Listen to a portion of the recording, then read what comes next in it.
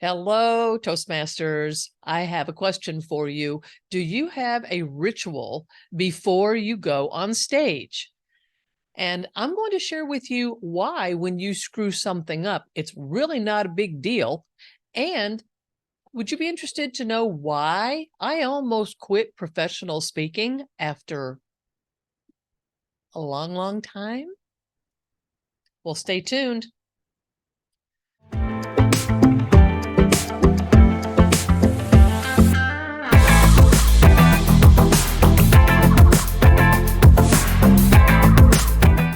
We've all heard the jokes, right, about the number one biggest fear of the average person is what? Speaking in front of a large crowd of people. And the number two biggest fear of the average person is death. So famous comedian Jerry Seinfeld made a joke about that, saying that based on that, if at a funeral, the average person would rather be in the casket than giving the eulogy. But you know what? We don't want to do that as Toastmasters. We're learning our confidence and getting in there and saying yes to all of the speaking engagements coming forward. It's the fear of the unknown. It's the fight or flight, isn't it? If we haven't done it enough, if we haven't spoken in front of groups long enough or enough times, it's scary. So I do want to talk to you about having a ritual, but I'll do that in a minute. Before I do that, I want to share with you why I almost quit the speaking profession after probably 15, 17, 18 years of doing it. I would get this horrible depression.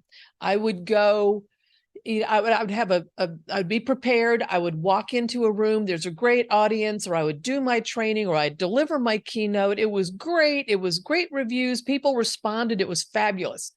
And then I spent the rest of the night and the next day feeling really depressed. I mean, just gut wrenching. Now, I'm not going to be saying depressed as in those who are clinically depressed. I don't mean it that way. I just felt bad. I finally realized not long ago in the scheme of things that what it was a sudden drop in adrenaline. If you think about it, I mean, I love speaking in front of groups of people. The bigger number, the better. I would rather talk to 2,000 people than 10, right? And I would be so up and so ready, and my energy is just at this level, and I loved it. And then when it was over, boom, it was like that.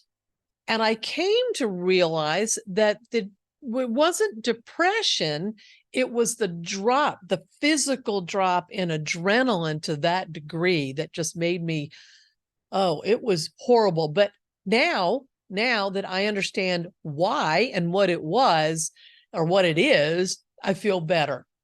So there you go. I feel better. All right.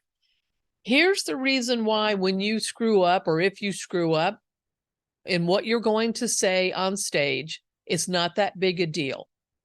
And it's not that big a deal only if you don't physically make a big deal. I've seen people, oh gosh, don't do this. I've seen people start talking and they talk and they talk, and then something happens and they go, oh, or they make a big deal. Don't do that. You just keep right on going. And here's why. The audience does not know what you were planning on speaking about. They do not know that you were going to say this sentence in there. They don't know these things. And I cannot tell you how many times after a presentation, I've said, oh man, I forgot to say this, or why did I put that word in there? I don't ever put that word in there. Where'd that come from? But you know what? Every time we speak, we give three speeches. The one we intend to give, the one we actually gave, and then the one we kick ourselves all up and down in the car on the drive on the way home that we wish we gave. So just get into the habit of, if I forgot something, or I messed that up, or I reversed the order of something, so what? The audience wasn't standing there looking at your notes and reading along with you. So just keep going, and all you'll do is get better and better and better. Okay, that's important. Now, I did ask, do you have a ritual before going on stage? And here's why. Most people get really nervous. And I mean, I've seen people just shaking, physically shaking. And if you have a ritual, then that gives you something to hang on to. Our brains naturally don't like the unknown. We don't like to have the fear of the unknown. If we go outside the big cave, what dark thing is lurking out there? Well, but if we have a ritual, we have something that we know and we can use. Now, I know that when I first started, my ritual was basically, I'll share with you, my ritual basically consisted of me battling my brain and my nerves for about an hour just to calm down, because I just get so hyped up. Then I got it down to about 20 minutes, and it's 20 minutes of like relaxing, breath control, focus, and I would fiercely protect that time. Sometimes people would love to just come and talk to you right up to the point where you're putting your foot on the stage, and people will talk. And I didn't really like that, but because I would feel that would rob me of my being able to really prepare properly, go through my ritual. But after a while, I got it down to a short time. Now it's about 3 minutes. So what I try to do is connect my inner energy. Everything is inner energy work. I try to connect my inner energy and my mental center to a higher power. Whatever that looks like for you, or however you want to do it, that's fine. But I like to do that. And I ask this question: please allow me to connect with someone in my audience tonight who needs to hear my message and what I have to say. And then I take 3 breaths, and I'll talk to you about 3 breaths in a minute. And I do that, and let me share with you why. We have no idea the impact and the life changes that our words can give people, words of hope or words of ideas or inspiration. We just have no idea. And there have been only a couple of times in my 20-year speaking career where I have been blessed with hearing something back. But I'll share with you one. I gave a presentation in Sarasota to a group of people, to an organization, and they liked it so much, they asked me to come back the next year and basically do the same thing again. So I'm like, all right, I'll do that. After that second year, I had a woman approach me after the end. After you've been talking, if you ever talk out in public or like at a big event, when you're done, you get people coming up and talking to you, right?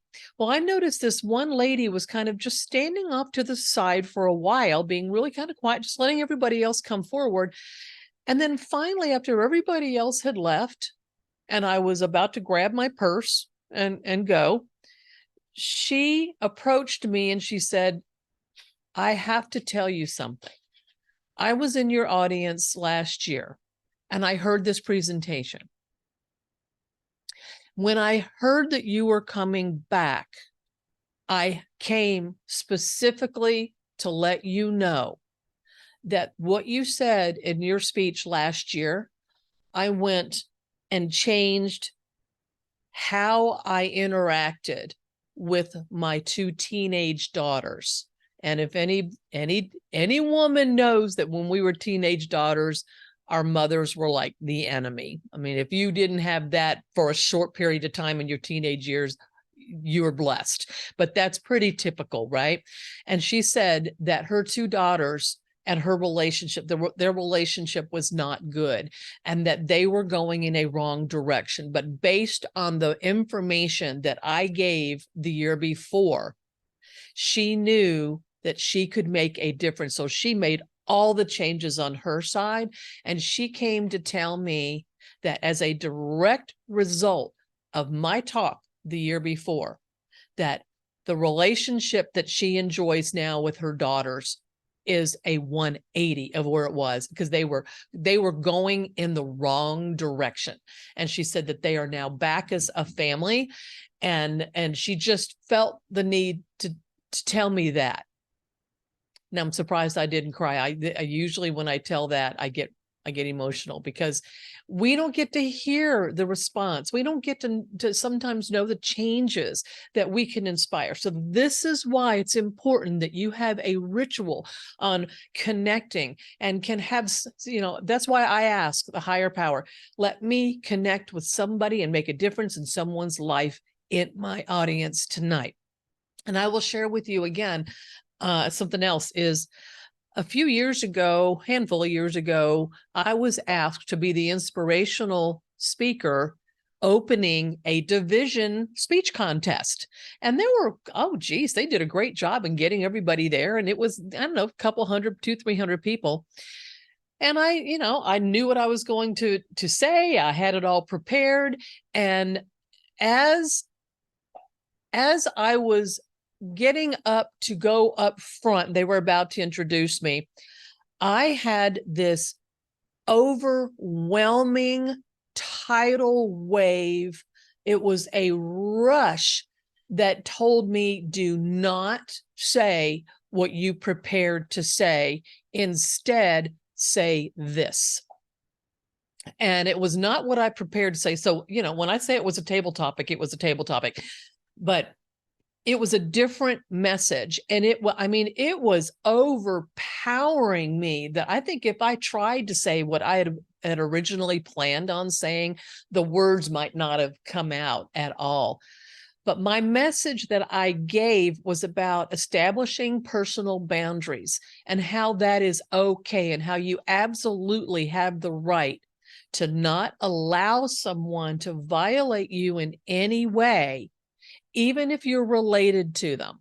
I don't remember exactly what I said, because this was a few years ago and it was not what I had planned to say, but I remember that was the type of message. And I also said something about forgiveness does not mean that you have to continue that relationship with that person or allow them back into your life with their bad behavior.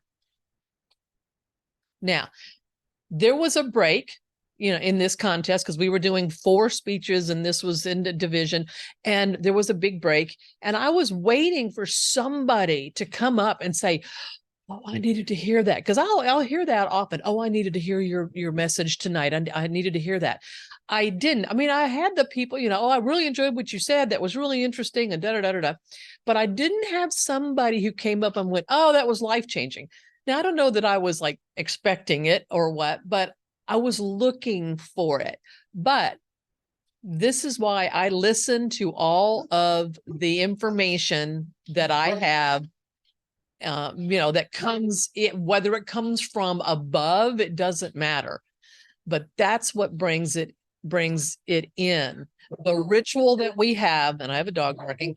But in closing, I just want to share with you that when you set a ritual and you perform it each and every time before you are about to go on stage, then you will establish something that's consistent, something that that your brain will then go, oh, this isn't fight or flight. This is, I know what I'm doing. I know what we're doing. And there's comfort and there's calm that comes in the consistency of having a ritual, whatever it is.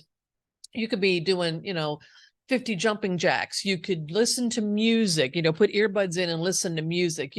Whatever it is that you want to do, it's a hard word to say. Familiarity brings on calm.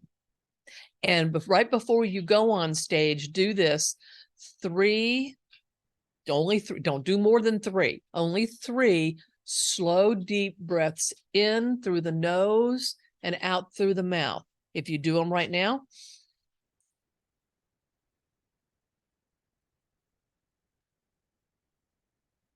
do 3 of them. What that does is it floods your bloodstream with oxygen, and it's a calming mechanism. If you do more than 3, you might pass out. So don't do that.